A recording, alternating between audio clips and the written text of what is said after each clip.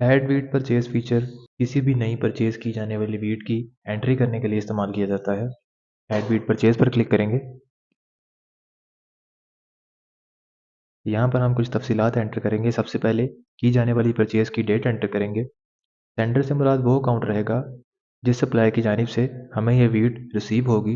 मिसाल के तौर पे इस केस में हमारे पास सेंडर में ये अकाउंट रहेगा। मुतल्लिका परचेज के लिए हम किसी भी तरह की डिस्क्रिप्शन और मैनुअल रिमार्क्स एंटर कर सकते हैं। इसके बाद प्रोडक्ट से मुराद वो मुतल्लिका प्रोडक्ट रहेगी जो हम परचेज़ कर रहे हैं। मिसाल के तौर पे इस केस में हम वीट की ये टाइप परचेज़ कर रहे हैं। क्वांटिटी से मुराद बैग्स की तादाद रहेगी। जितने भी बैग्स हम परचेज़ कर रहे हैं उनकी तादाद एंटर करेंगे। मिसाल के तौर पे हम 100 बैग्स परचेज़ कर रहे हैं तो इसमें 100 एंटर करेंगे। याद रहे ऑनरशिप से मुराद बैग्स की ऑनरशिप रहेगी, ना कि वीट की ऑनरशिप। यहाँ पर हमें 3 तरह के सिनेरियोज मिलते हैं। सबसे पहले मिल पर क्लिक करेंगे। इससे मुराद यह है कि परचेज़ की जाने वाली वीट के बैग्स मिल की जानिब से प्रोवाइड किए जाते हैं और वीट फिल होने के बाद सप्लायर की जानिब से मिल को रिसीव होती है। इस केस में हमें बैग्स की कीमत एंटर करने की ज़रूरत नहीं, तो ये फील्ड एडिटेबल नहीं रहेगी। दूसरी सूरत में बैग्स पार्टी की जानिब से प्रोवाइड किए जाते हैं। इस सूरत में हम वीट के साथ ही साथ बैग्स भी खरीद रहे होते हैं, लिहाजा हमें बैग्स की मुकर्रर करदा कीमत एंटर करना होती है। मिसाल के तौर पे हमें एक बैग 50 रुपए का मिलता है तो इसमें 50 एंटर करेंगे। इस फील्ड में हमें टोटल नंबर ऑफ बैग्स की मदद से तमाम तर बैग्स की कीमत शो हो जाती है। तीसरी सूरत रिटर्नेबल रहेगी। इस सूरत में बैग्स पार्टी की जानिब से फराहम किए जाते हैं, लेकिन वीट रिसीव होने के बाद वही बैग मिल की जानिब से पार्टी को वापस कर दिए जाते हैं। लिहाजा इस सूरत में भी बैग्स की कीमत एंटर करने की ज़रूरत नहीं है, तो ये फील्ड एडिटेबल नहीं रहेगी। मिसाल के तौर पे इस सूरत में हम मिल सेलेक्ट करते हैं। अगर हम 1 केजी का एक बैग खरीदते हैं, ज़रूरी नहीं कि 1 केजी के एक बैग में पूरी 1 केजी गंदम मौजूद हो। उसमें कुछ ना कुछ डिडक्शन हो सकती है। वो डिडक्शन हमें डिडक्शन पर बैग की फील्ड में शो होती है। मिसाल के तौर पे 1 केजी बैग में अगर 10 ग्राम कम है तो हम इसे 0.01 एंटर करेंगे। यहाँ पर हमें टोटल डिडक्शन दिखाई देती है, जो कि हमें ये बता रही है कि अगर हम 100 बैग्स खरीद रहे हैं तो हमारी टोटल डिडक्शन 1 केजी है।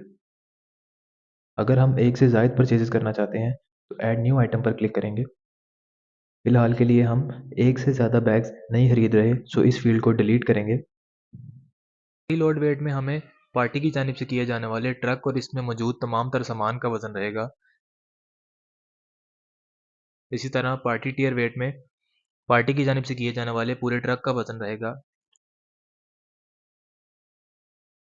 इसी तरह से मिल लोड वेट में हमें मिल की जानिब से किए जाने वाले ट्रक और इसमें मौजूद तमाम तर सामान का वजन दिखाई देगा। इसी तरह से मिल टियर वेट में हमें मिल की जानिब से किए जाने वाले पूरे ट्रक का वजन रहेगा। पार्टी और मिल दोनों केसेस के लिए सिस्टम हमें लोड वेट और टियर वेट को यूज़ करते हुए एक नेट वेट ऑटो जनरेट करके देगा। इन दोनों में से जिसका भी नेट वेट कम रहेगा वो ऑटोमेटिकली सिलेक्टेड वेट में सिलेक्ट हो चुका होगा। जैसा कि हम देख सकते हैं पार्टी के केस में हमें नेट वेट 900 किलोग्राम मिलता है। इसी तरह से मिल के केस में हमें नेट वेट 905 किलोग्राम मिलता है।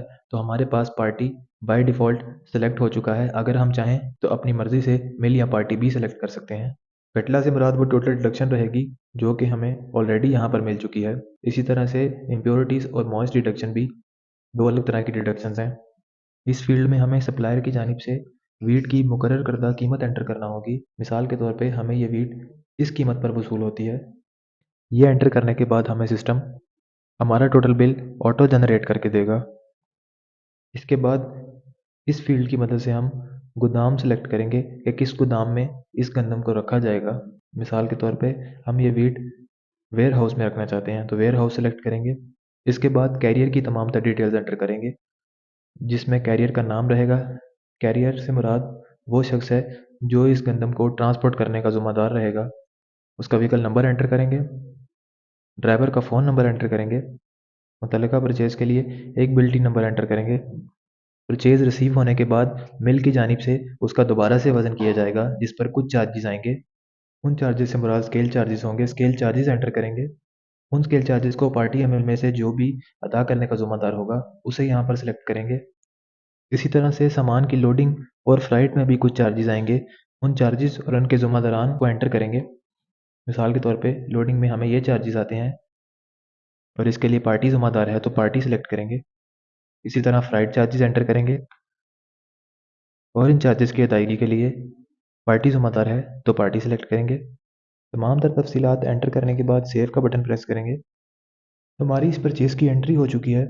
अगर हम इस परचेज़ की तफसीलात में से कुछ तब्दील करना चाहते हैं तो एडिट पर क्लिक करेंगे, बसूरत दीगर हम बैक प्रेस करेंगे। जैसा कि हम देख सकते हैं हमारी ये परचेज़ हमें वीट परचेज़ लिस्ट में दिखाई दे रही है, जिसमें इसकी तमाम तर तफसीलात मौजूद हैं। अगर हम इसकी तफसीलात को रिव्यू करना चाहते हैं तो इसके सामने दिखाई देने वाले शो परचेज़ के बटन पर क्लिक करेंगे, या इसकी तफसीलात को एडिट करना चाहते हैं तो इसके सामने दिखाई देने वाले एडिट परचेज़ के बटन पर क्लिक करेंगे। इसी तरह से हम सिस्टम में किसी भी वीट परचेज़ की एंट्री कर सकते हैं।